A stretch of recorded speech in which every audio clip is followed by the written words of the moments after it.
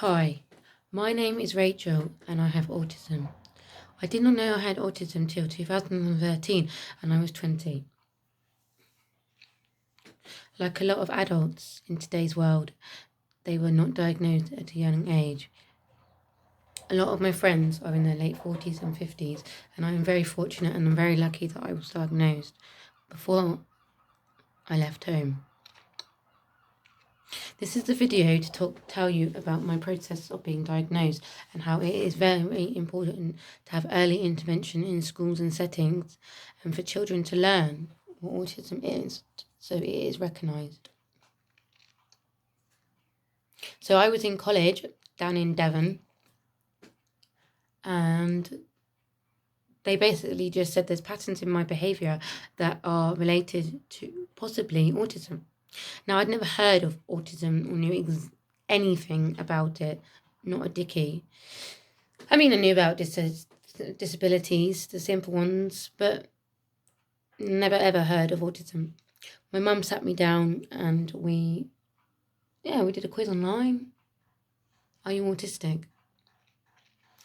And it said yes, basically. So that was it. From then on, I went through the process of being diagnosed. I am absolutely 100%, 1000% even, truly grateful that I have been diagnosed with autism. I sit actually right in the middle. So you might have heard of Asperger's syndrome and autism. That is a spectrum. So it's elastic band, long as you like, string, whatever you want to call it. And I am in the middle. The real term for that diagnosis is atypical autism. It's a wide spectrum of traits that go up here in your brain that cause you to do things or not do things or say things that are different from anybody else. And I would say when I was at college and those years, so 10 years ago till now, there were a lot of people that would say, oh, everybody's a bit autistic and everybody's on the spectrum somewhere. I said, if you're on the spectrum somewhere, then you'd be diagnosed, right? You know, you can't say you're on the spectrum and not get a diagnosis, because if you're on the spectrum, you're either one end or the other. So, duh. This is what probably frustrates a hell of a lot of fucking autistic people. I mean, you can have a little bit and be autistic, but you've got to have some of the three main aspects of autism to be classed as autistic. So there is communication issues and there is social difficulties and there's a repetitive behaviour. Now, I had to spend 2 days in a room doing tests and stuff. Not like 1+1 is 2 test. No, nothing like that. No essays, no nothing like that. Just 5 loads of questions by someone who is trained in that area. And then they decided, yes. And I got a report written up about me, about my life as a child, life growing up, what I can and cannot do. Did I do eye contact as a child? Did I have repetitive behaviour? Did I communicate young? Did I have a speech and language problem? Lots of different things in order to find out I'm autistic.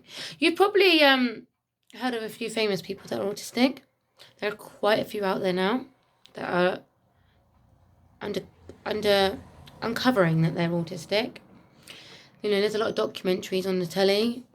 For example, Paddy McGuinness's wife has found out she's autistic. Katie Price's son Harvey has got autism.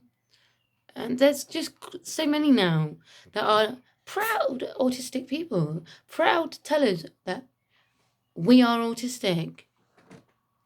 And I want to share that journey with you because I am actually proud and I have loads of friends that I can probably relate to more because they're autistic and we have more fun being with because they are autistic. I've been a part of a group called Donna. Dementia. I can't actually tell you what it stands for right now. It's gone out of my mind. But it's a service that provides support and diagnose people with ADHD and autism itself. They're based in Devon, Exeter. And everyone I've met is wonderful. And I go on outings with them. I do a hell of a lot of things with my autistic friends.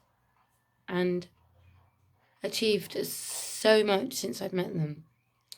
So this is my